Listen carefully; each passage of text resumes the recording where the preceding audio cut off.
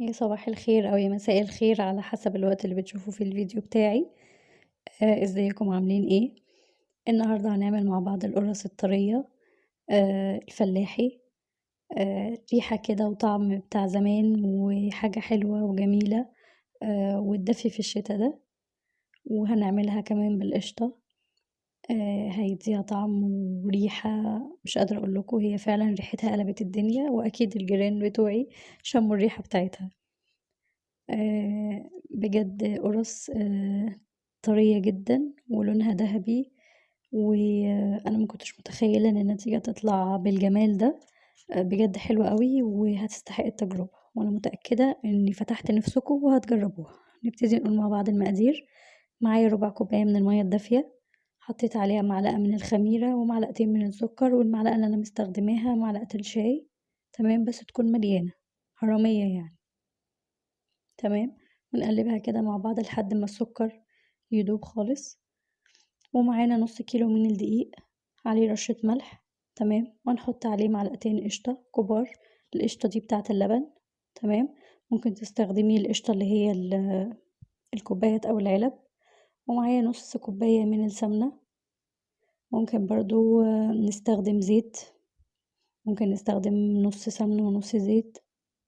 تقدري تعملي اللي انت عايزاه اللي يريحك، تمام، اللي هيوفّر بالنسبة لِك، تمام، لإن القشطة هتدّيها طعم حلو وريحة جميلة، تمام. وهنبتدي بقى، ومهم جدًا إن إحنا نبِث الدقيق كويس جدًا. مهم جدًا الدقيق بتاعنا يتغلِّف بالسمنة كويس، تمام، سواء بقى هنعمل قُرَص، هنعمل كحك، هنعمل قراقيش، لازم الدقيق بتاعنا كده يتبَث كويس جدًا بالسمنة ويتغلِّف بيها، تمام. أنا كنت هاعجن في العجان الصراحة، بس ما رضيتش عشان أسهّلها وأبسّطها على الناس اللي ما عندهاش عجّان. أنا واحدة من الناس لمّا كانش عندي عجّان الأول، كنت لمّا آجي أتفرّج على فيديو ألاقي فيه عجّان، فلأ هاخرج من الفيديو. دلوقتي المهم أنا معايا نُص كوباية من اللبن، حطيت عليها معلقة من الخل صغيّرة عشان اللبن يدوب كده معانا، ده بديل اللبن الرايب، تمام. دلوقتي حطينا الخميرة بعد ما اتفاعلت على الدقيق، وهنبتدي نعجن. هي الوصفة مفروض كوباية إلا ربع من اللبن، تمام. أنا شِلت الربع وحطيت المَيّة الدافية، تمام، واللبن برضه بتاعنا يبقى دافي، ماشي، وهننزل بيه بالتدريج كده ونعجن، أوكي. دلوقتي بقى العجينة بتاعتنا بتاعة القُرَص دي مش بيبقى فيها عرق، تمام. يعني هتبقى بتقطّع معاكِ كده، فلأ عادي جدًا، ما تقوليش العجينة بتاعتي فيها مشكلة أو كده، لأ خالص. العجينة بتاعة القُرَص بتبقى بتقطّع معانا، ماشي، ما بتبقاش العجينة بتمُط، أوكي. يعني إحنا مش هنعمل فطير أو هنعمل بيتزا، فلازم نعجنها كويس جدًا، فاهمينّي؟ بس أنا كده كمّلت عجنها، هي عجينة طرية وجميلة، وبعدين هنسيبها تخمر. هي صراحة فاجأتني وخمرت بسرعة جدًا عشان الجو كان حَر، تمام. بُصّوا العجينة بقى طرية كده وجميلة، هالفّها رول، هاجيب المفرش السيليكون بتاعي وألفّها رول كده وأقطعها من النُص، تمام، وابتدي أشكّلها كِوَر. أنتِ عادي ما عندكيش مفرش سيليكون، عادي جدًا، تقدري تشتغلي على الرخامة بتاعتِك، ما فيش أي مشكلة، تمام.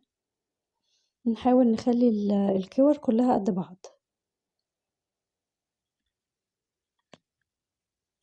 هنمسك بقى كل واحدة كده ونكوّرها كويس ونقفلها كويس من تحت، عشان ما تفتحش مننا وإحنا بنسويها، تمام. أنا باحب جدًا الفطاير، القُرَص، المعجنات يعني بشكل عام كده أنا باحبها جدًا، والقراقيش والمنين بقى الحاجات دي يعني، ما بازهقش منها خالص، لو أكلت منها كل يوم مش هازهق الصراحة. ولمّا عملت القُرَص دي ما كنتش متخيلة النتيجة إن هي هتطلع حلوة كده، النتيجة أبهرتني الصراحة. هنا هي كلها بعد ما كوّرناها هناخدها بقى نحطها في الصاج بتاعنا، ونسيب مسافة بين كل واحدة والتانية، تمام، عشان لما تخمر وحجمها يزيد ما تلزقش في بعضها، فاهماني؟ الصاج بتاعك مش مدهون اي حاجة، تمام. وهنبتدي نبططها كده بايدينا كلهم، وهرجع لكم هنا كده احنا بنبططها. انا هرجع اوسع تاني ما بينهم عشان كانوا لازقين في بعض شوية.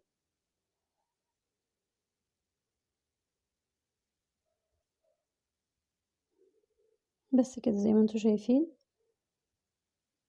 خمرت، يعني ما خدتش وقت في التخمير خالص، خمرت بسرعة جدا، بيتهيألي عشان الجو حر فده ساعدها يعني. انا هنا شلتها عشان القفلة بتاعتها اول ما بططتها فتحت كده فظبطتها تاني، وابتدي اخرمها بالشوكة كده. انتي حابة تخرميها زي تمام، يعني زي بتاعة الافران تمام، مش حابة عادي جدا برضو براحتك. اللبن بقى، حبة اللبن اللي اتبقوا دول هندهن بيهم الوش كده، هو ده بقى هيدينا اللون الذهبي الحلو اللي احنا شفناه كده في اول الفيديو، تمام.